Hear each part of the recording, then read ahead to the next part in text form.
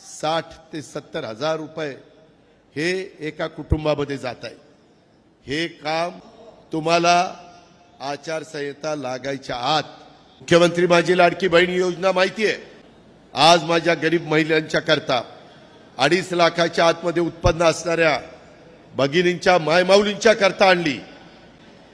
त्याच्यामध्ये पहिले 3,000 रुपये आम्ही दिले 2 महिन्याचे।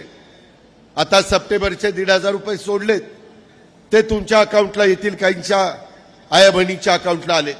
मायमाऊलींनो, आता तुम्हाला जो काही आता सप्टेंबरचे पैसे सोडलेत, आमचीच मुलगी आदिती तटकरे त्या खात्याची मंत्री आहे आणि तिला सांगितलं की लवकर पैसे ते सगळे संपवा।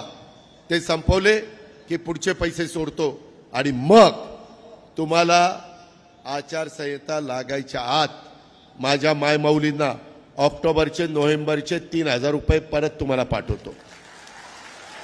जसं माझ्या रक्षाबंधनला आम्ही 3,000 रुपये दिले, महायुती सरकारने दिले, तसं भाऊबीज आहे, भाऊबीजेला पण माझ्या बहिणीला माझ्या मायमाऊलीला मी खाली हाताने पाठवणार नाही, तिला ओवाळणी देणार म्हणजे देणार।